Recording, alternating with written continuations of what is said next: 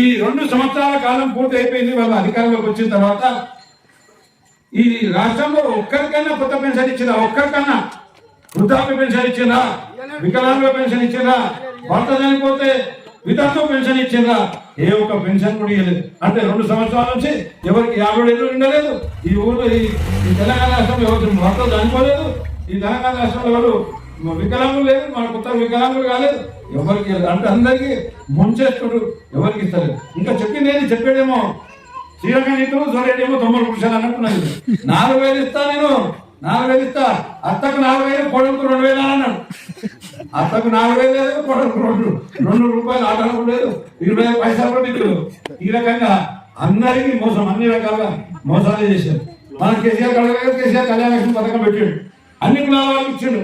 ఈ రెడ్డి అని లేదు, బీసీ అని లేదు, ఎస్సీ అని లేదు, ఎస్టీ అని లేదు, అందరికీ పెళ్లి చేసే వరకు తగ్గిపోతుందని కళ్యాణ లక్ష్మి పథకం ఇస్తే ఈ కాంగ్రెస్ వాళ్ళు రేవంత్ రెడ్డి చెప్పిన మాట ఏంటి, 1 లక్ష రూపాయలు ఇస్తున్నాం, కేసీఆర్ లక్షలతో పాటు తులం బంగారం ఇస్తున్నాం.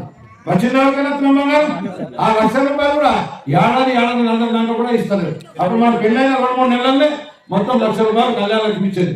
ఇట్లాంటి మోసం చేసిన కాంగ్రెస్ పార్టీ పోటీ చేస్తున్నాం. మనం ఇంకా మోసపోదామా? తెలిసి కూడా మళ్ళీ మోసపోదామా? ఒకవేళ మోసపోతే ఇంకా ఆలోచన చేసి వాళ్ళకి గెలిపిస్తే రేపటి పరిస్థితి ఏదో ఆలోచించండి.